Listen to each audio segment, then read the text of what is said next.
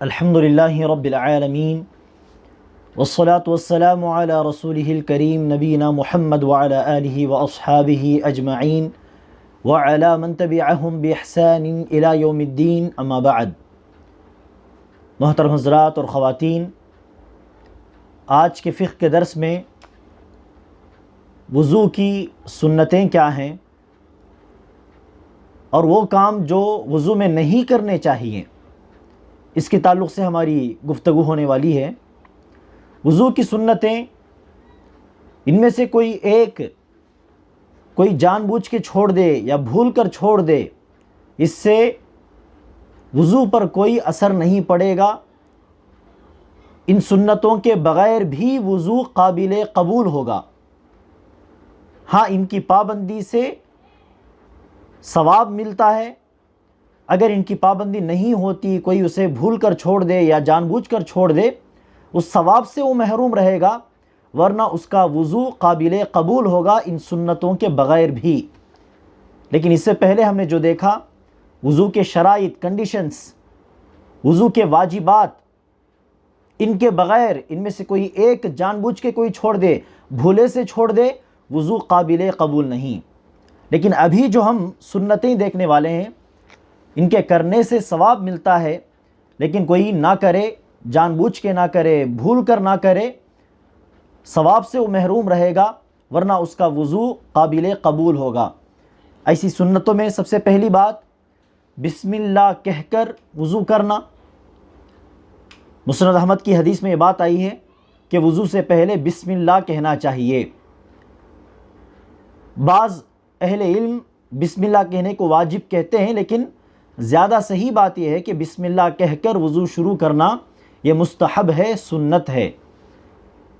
اور اکثر بسم اللہ کے تعلق سے بعض لوگ یہ سوال کرتے ہیں کہ کبھی کبھار، چونکہ آج کل اٹیچڈ باتھ روم کا ماحول ہے،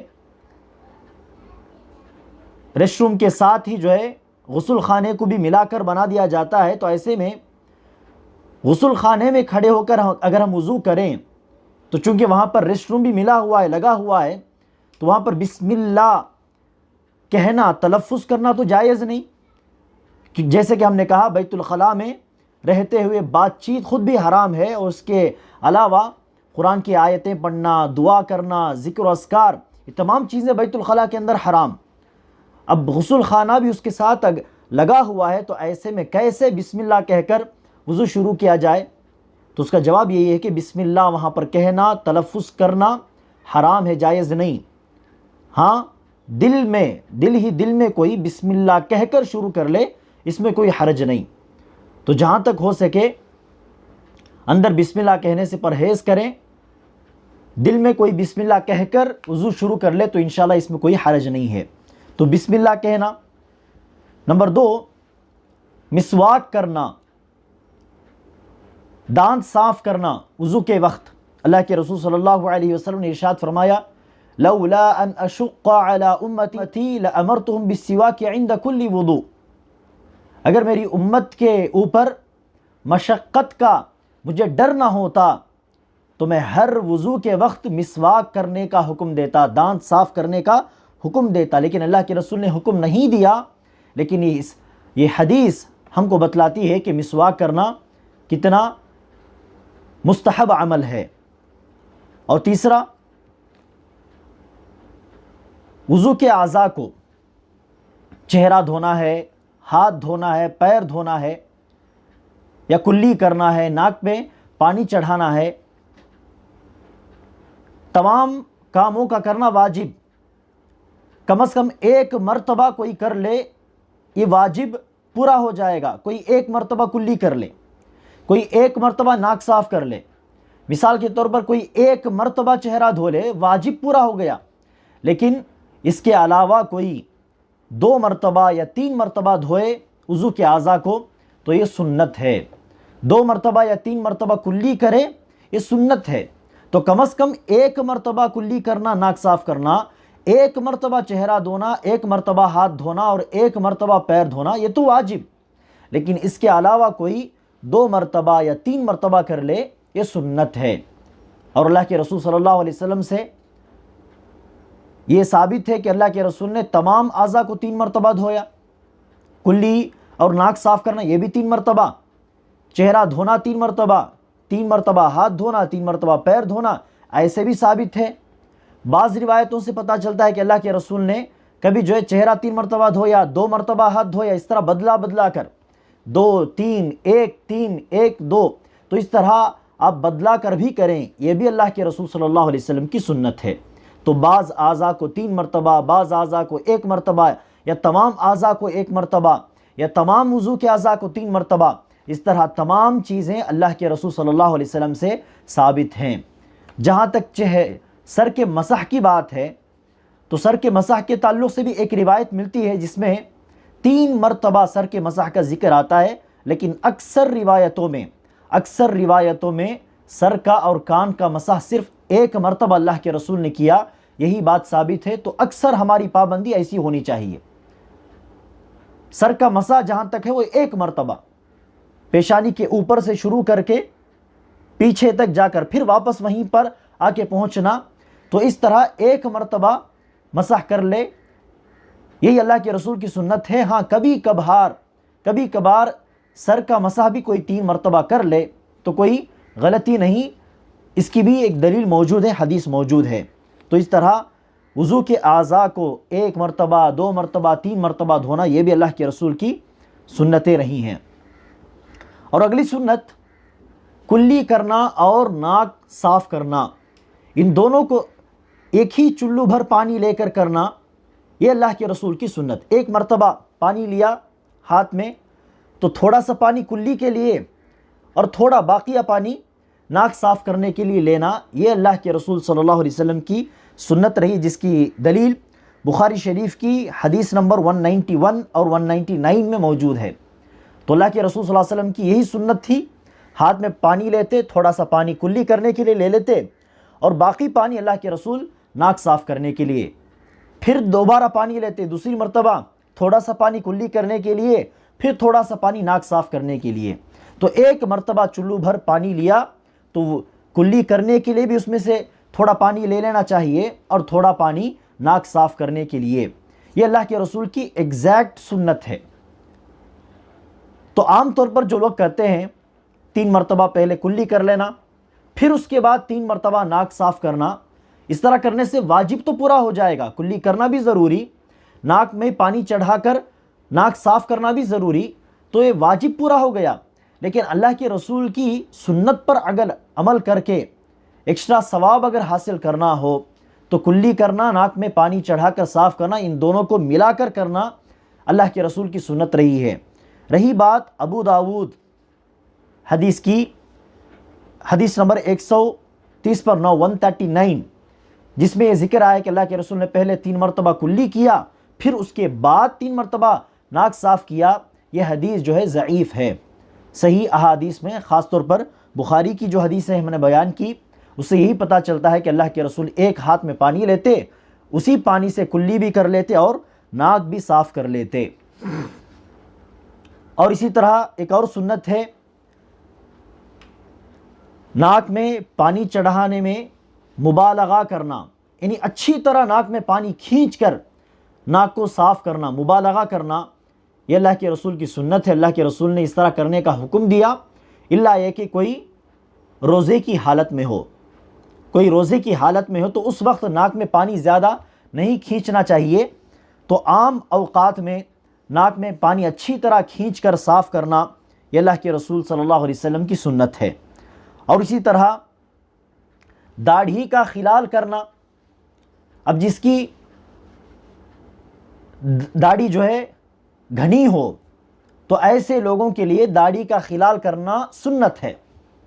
چہرہ دھو لیا، دھونے کے بعد تھوڑا سا پانی لے کر داڑھی خلال کرنے کے لیے استعمال کر لیا، یہ سنت۔ لیکن وہ لوگ جن کے داڑھی کے بال بہت کم ہوں، اتنے کم ہوں کہ تھوڑی جو ہے پوری طرح نظر آتی ہو، نیچے کا جبڑا جو ہے پوری طرح نظر آتا ہو، اتنے کم بال ہوں، تو ایسی صورت میں خلال کرنا، داڑھی کا خلال کرنا واجب ہے۔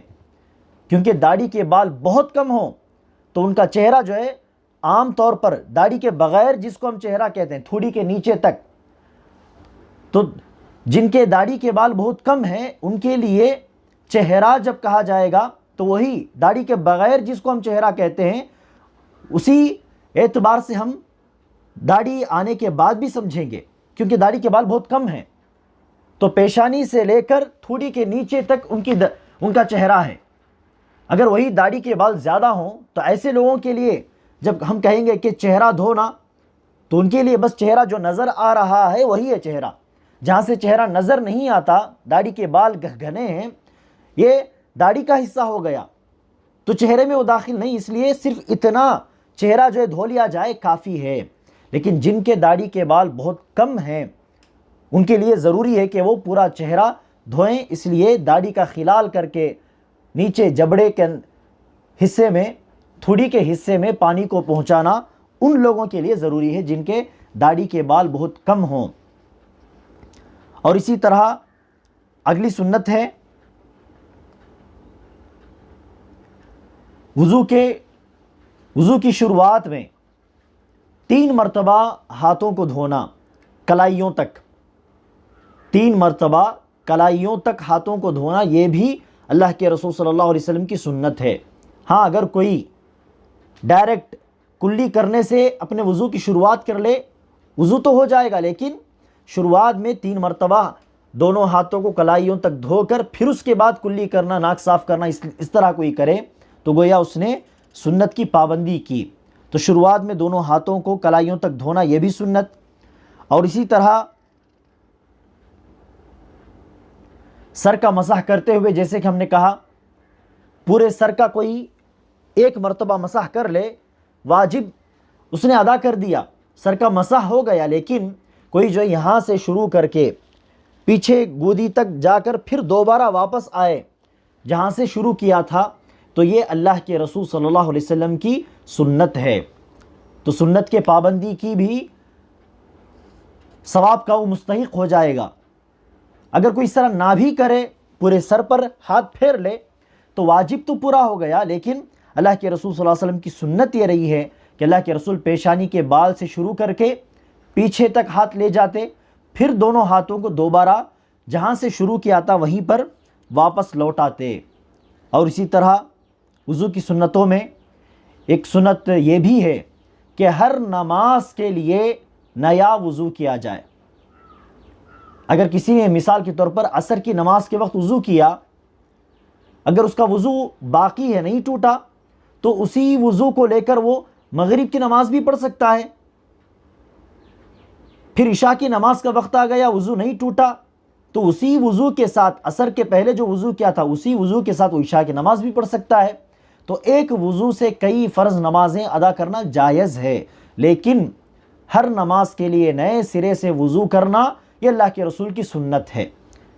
بخاری شریف کی حدیث نمبر 214 میں یہ بات آئی ہے کہ صحابہ کرام ایک ہی وضو سے ایک سے زائد فرض نمازیں پڑھ لیتے، لیکن اللہ کے رسول صلی اللہ علیہ وسلم ہر وضو کے لیے نیا، ہر نماز کے لیے نیا وضو کیا کرتے تھے۔ اور اسی طرح وضو کی سنتوں میں ایک سنت یہ بھی ہے کہ وضو کے بعد دعا کی پابندی ہو۔ وضو کے بعد کی دعا کیا کیا ہے؟ 3 دعائیں اللہ کے رسول صلی اللہ علیہ وسلم نے ہم کو بتلائی ہیں۔ ایک تو یہ کہ وضو کے بعد شہادہ کلمہ پڑھا جائے، اشہد اللہ الہ الا اللہ وحدہ لا شریک لہ واشہد ان محمدا عبدہ ورسولہ۔ اور دوسری دعا جو کہ مجلس کے کفارے کے طور پر پڑھی جاتی ہے،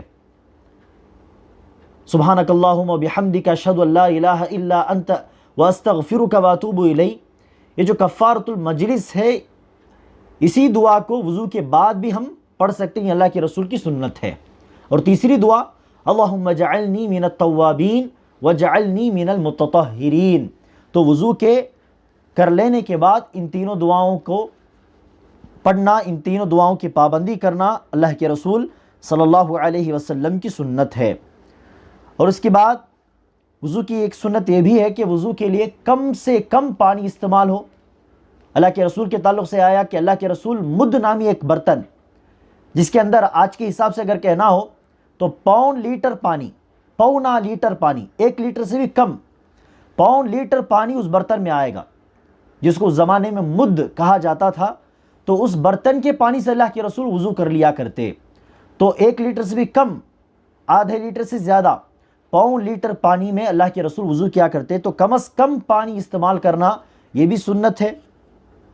اور اسی طرح وضو کے بعد کوئی چاہے تو کپڑا استعمال کر سکتا ہے چہرہ اور ہاتھ پوچھنے کے لیے، تولیہ کا استعمال یا رومال کا استعمال. یہ بھی اللہ کے رسول صلی اللہ علیہ وسلم کی سنت رہی ہے. ترمذی کی حدیث نمبر 53 میں یہ بات آئی کہ اللہ کے رسول صلی اللہ علیہ وسلم کا ایک تولیہ ہوا کرتا تھا. وضو کے بعد اللہ کے رسول اسی تولیے سے اپنا چہرہ اور ہاتھ پوچھا کرتے تھے. تو یہ سمجھنا کہ وضو کے پانی کو نہیں پوچھنا چاہیے، ویسے گلے رہنے چھوڑ دو، تو یہ صحیح تصور نہیں ہے. اللہ کے رسول صلی اللہ علیہ وسلم وضو کے بعد تولیہ استعمال کیا کرتے تھے. ہاں، غسل جنابت کے بعد کبھی کبھار، ہمیشہ نہیں، کبھی کبھار اللہ کے رسول صلی اللہ علیہ وسلم غسل جنابت کے بعد تولیہ کا استعمال نہیں کرتے. اس کی بھی دلیل موجود ہے. لیکن جہاں تک وضو کی بات ہے، اللہ کے رسول کے تعلق سے آیا کہ ایک تولیہ تھا، ایک رومال تھا، جس کو اللہ کے رسول وضو کے بعد چہرہ اور ہاتھ پوچھنے کے لیے استعمال کیا کرتے. یہ وضو کی چند سنتیں رہیں. ہو سکتا ہے کہ 1-2 سنتیں بتانے سے میں رہ گیا ہوں، چھوٹ گئی ہوں، لیکن اکثر سنتوں کا ذکر ہم نے ابھی دیکھا ہے. ابھی انشاءاللہ ایسے کام جن کو وضو کرتے ہوئے نہیں کرنا چاہیے، پرہیز کرنا چاہیے، ان کا ہم تذکرہ اب یہاں پر دیکھیں گے. سب سے پہلی چیز، وضو کی نیت کرتے ہوئے الفاظ سے نیت کرنا، یہ بدعت ہے. جیسے کہ اس سے پہلے بھی ہم نے اس بات کا تذکرہ کیا کہ نیت دل کے اندر آنے والے ارادے کا نام ہے. نیت کو الفاظ کے ذریعے ادا کرنا، وہ تو کلمات، وہ تو ایک بات ہو گئی، وہ ایک گفتگو کی طرح ہو گئی، تو اس کو نیت نہیں کہا جائے گا. نیت کا الفاظ کے ساتھ کوئی تعلق نہیں. تو الفاظ سے نیت کرنا یہ بدعت ہے. تو الفاظ سے نیت نہ کریں. اور دوسری چیز، پانی کا اسراف، حد سے زیادہ پانی استعمال کرنا وضو کرنے کے نام پر، نہانے کے نام پر بہت زیادہ پانی بہا دینا، یہ اسراف ہے. کسی بھی چیز میں اسراف درست نہیں. حد سے زیادہ کسی چیز کو استعمال کرنا، بیکار کرنا، کسی بھی چیز میں جائز نہیں. اسی لیے اہل علم نے کہا اللہ کے رسول صلی اللہ علیہ وسلم سے زیادہ وضو کے اعضاء کو 3 مرتبہ دھونا ثابت ہے. 3 مرتبہ چہرہ دھونا، 3 مرتبہ ہاتھ دھونا. کسی بھی حدیث میں یہ بات نہیں آئی کہ اللہ کے رسول نے 4 مرتبہ چہرہ دھویا ہو یا 5 مرتبہ دھویا ہو. کسی بھی حدیث میں ثابت نہیں. اگر کوئی 4 مرتبہ چہرہ دھوئے، 4 مرتبہ یا 5 مرتبہ چہرہ، ہاتھ دھوئے، پیر دھوئے، یہ پانی کا اسراف ہے، جائز نہیں. تو کم از کم 1 مرتبہ تو دھونا ہی ہے. اور آخری حد جو ہے 3 مرتبہ، 3 سے آگے بڑھنا پانی کا اسراف. اور اسی طرح بعض لوگ ہر عضو کے دھونے کے بعد دعا پڑھتے ہیں. کلی کر لینے کے بعد ایک دعا، چہرہ دھونے کے بعد ایک دعا، دونوں ہاتھ دھونے کے بعد ایک دعا، سر کا مسح کرنے کے بعد ایک خاص دعا، پیر دھو لینے کے بعد ایک خاص دعا، پورا وضو ختم کر لینے کے بعد دعا.